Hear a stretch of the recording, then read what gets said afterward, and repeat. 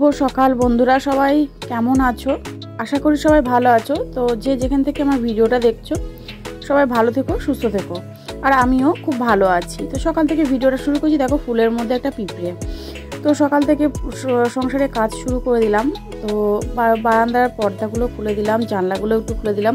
তো শীতকাল বুঝতেই পারছো, একটু রোদটা ঢুকলে বেশ ভালো লাগে, নাহলে তো ঘর প্রচণ্ড ঠান্ডা হয়ে যায়। সান প্রচণ্ড ঠান্ডা, মেয়েদের প্রচণ্ড কষ্ট হয় সানে পা দিতে। তারপর তো আটার বালতিটা দেখে নিলাম কতটা আটা আছে। তো এদিকে টেবিলটাও গুছিয়ে নেব। তারপরে মাম্মামকেও তুলিয়ে নিয়েছি। মাম্মাম এখন বলছে মা চলো তোমাকে হবে। তো এদিকে দেখো চা নিয়ে চলে এসছে। আর বড়বাবুর জন্য একটু জল গরম করে দিয়েছি লেবু দিয়ে। ও একটু প্রতিদিন সকালে খাই।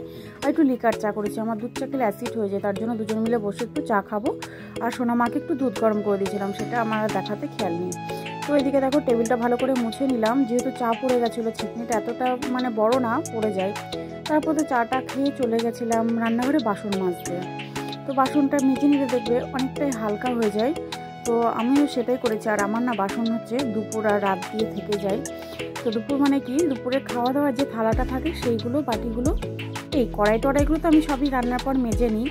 তারপর তো দেখো রান্নাঘরের বাসন টাসন মাজা কমপ্লিট। আর এদিকে গ্রিলটাও একটু ঝেড়ে নিলাম। আর এদিকে দেখো মাম্মা আমার সকাল থেকেই আমার পিছন পিছন ঘুরছে, কেননা ও খেলবে। আর আমি যেহেতু ব্লগ করছি, ও একটা ফলস ক্যামেরা মোবাইল নিয়ে ও আমার সঙ্গে ব্লগ করছে। তা আমি বললাম মাম্মাম তোমার এখন ব্লগ করার সময় নয়, তুমি এখন খেয়েছো, খেয়ে একটু পড়তে বসো।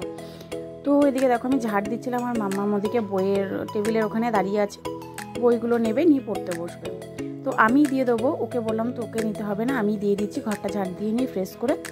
আর ওদিকে বড়বাবু চাটা খেয়ে বসে আছে, কাজে যাবে। বুঝতেই পারছো সকাল সকাল তো বেরোবে। তো তার জন্য আমাকে সংসারের কাজ খুব তাড়াতাড়ি সকালবেলা করে নিতে হয়। তারপরে তো রান্নাঘরে যেতে হবে, বড়বাবুর খাবার বানাতে হবে, মেয়েদেরও খাবার বানাতে হবে।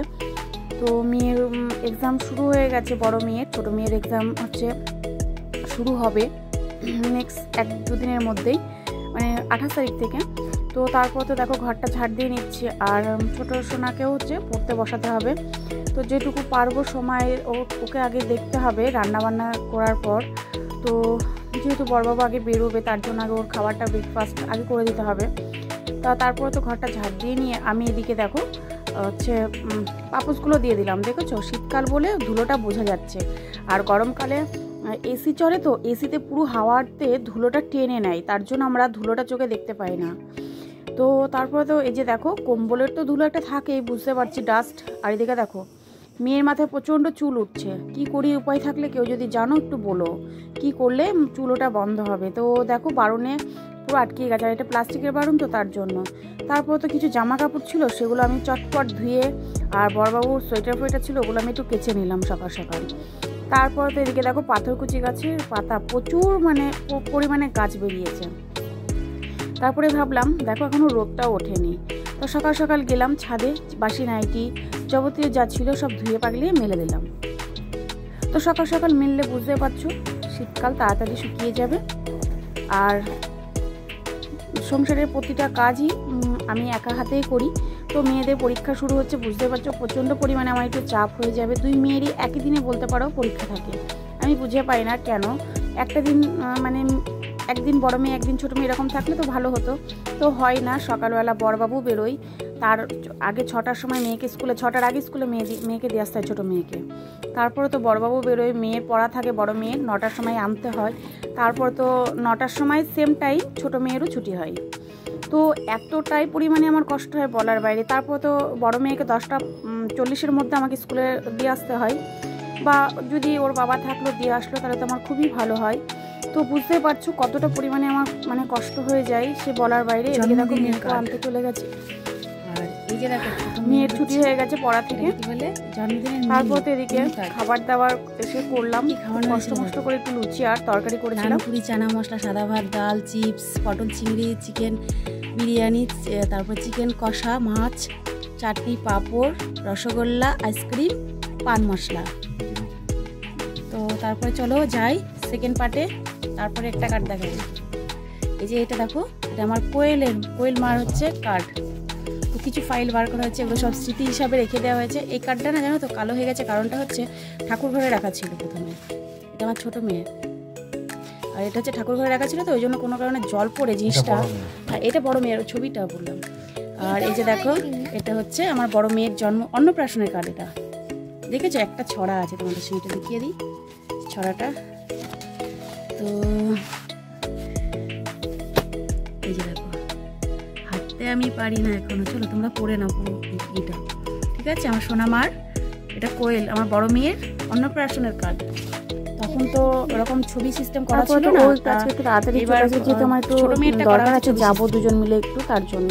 তো এই যে দেখো, এটা হচ্ছে কোয়েল আর পিন্টু দুজনের হচ্ছে ব্রেসলেট পেয়েছিল জন্মদিন, এটা মানে এই বছরে পেয়েছে, ঠিক আছে? 24 সালের এটা গিফট পেয়েছে, দেখেছো কত সুন্দর। এটা দুই বোনের। এটা কিন্তু পিঙ্ক কালারটা, হ্যাঁ কালারটা ঠিকঠাক আসছে না, এটা কিন্তু পিঙ্ক, এই যে পাথরটা পিঙ্কের, পিঙ্ক কাজটা ভালো আসছে। তারপর তো দেখো ওই সব জিনিসগুলো দেখালাম, মেয়ের জন্মদিনের অন্নপ্রাশনের কার্ড, আর এই বছরে মেয়ে একটা গিফট পেয়েছিল খুব সুন্দর রূপোর, সেটাও তোমাদের সঙ্গে দেখিয়ে নিলাম। আর এদিকে দেখো ঘরের কাজগুলো না কিছু মানে বাকি রয়ে গেছে, সেগুলো করে আবার বাজারে বেরোবো একটু বড়বাবুর সঙ্গে। বাজারে নয়, বাজার তো আসার সময় করব।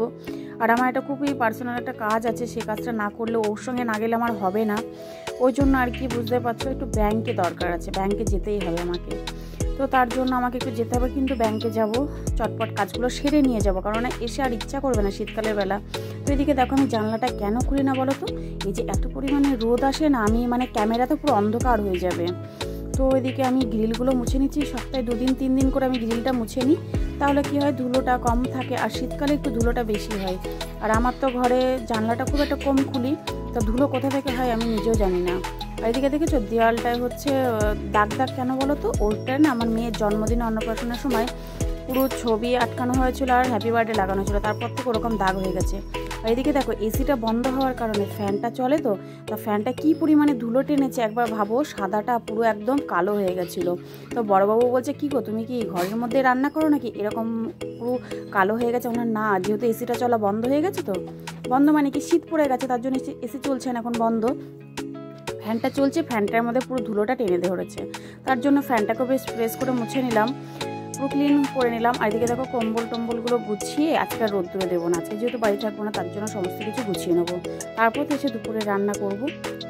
তো এদিকে দেখো আমার বিছানাটা গুছিয়ে নিয়েছি, কম্বলগুলো ভাঁজ করে রেখে দিলাম। আর এদিকে দেখো মাম্মামকে স্নান করিয়ে দিয়েছি, যেহেতু আমি আসতে একটু লেট হবে, দিয়ে ম্যাগি করে দিলাম 2 মেয়েকে একটু। তো এদিকে আমি বেরিয়ে পড়ছি, দেখো গেছিলাম ব্যাংকে, বললাম না একটু দরকার ছিল, সেখানে তো কাজটা কমপ্লিট হলো না, তার জন্য আর কি করবো, আর প্রচণ্ড খিদে পেয়ে গেছিলো, তারপরে 2 জন মিলে একটু ঝালমুড়ি কিনে খেলাম। আর এদিকে দেখো আলু লঙ্কা পেঁয়াজ তোমাদের সঙ্গে তো বাড়ি এসে একটু দেখাবো। এদিকে দেখো ঝালমুড়ি, মানে একটা ঝালমুড়ি মাখায় খুব সুন্দর, কিন্তু এনাকে বলা হয়েছিল সেরকম মাখিনি, ভালো লাগেনি আর কি, মুড়ি মাখা মতন মেখে দিয়েছিল। তারপর তো ফেরার পথে বাজারে যে দেখো করে নিয়ে এসে আছে ঘরে, মূলো দিয়ে বেগুন দিয়ে রান্না হবে, ঝিঙেও আছে। তো তারপরে বাড়ি এসে ঝটপট তোমাদের সঙ্গে দেখো মাংসটা ধুয়ে নিয়েছি। আর এদিকে মশলাটা না পুরো মিহি করিনি, কারণ আমার মিহি মশলাটা একদমই পছন্দ হয় না, শিলপাটাতে তো খুব ভালো লাগে মশলা, বা গোটা দিলেও আরও ভালো লাগে। তো মাংসটা চটপট দেখো আমি বসিয়ে দিয়েছি। আর এদিকে দেখো ঝোল হয়ে গেছে, ঝোল বলতে অনেকক্ষণ আগেই হয়ে গেছে জানো তো, 2 মেয়েরও খাওয়া হয়ে গেছে আর হাজব্যান্ডেরও খাওয়া হয়ে গেছে। তারপর তো দেখো আমি স্নান করে পুজো টুজো দিয়ে খেতে বসে গেছি। আর খাওয়ার সময় তোমাদের সঙ্গে একটু শেয়ার করে দিলাম মাংসটা, আর সেরকম কিছু রান্না করতে পারিনি, বুঝলে তো বাড়ি আসতে আসতে আমার অনেক বেলা হয়ে গেছিলো। তারপর তো দেখো সন্ধ্যাবেলায় সন্ধ্যা দেওয়া হয়েছে, তো চলো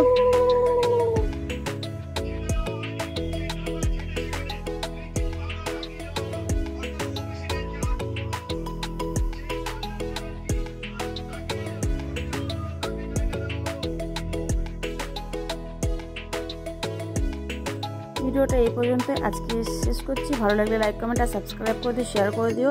দেখা হচ্ছে নতুন একটা ভিডিওর সঙ্গে।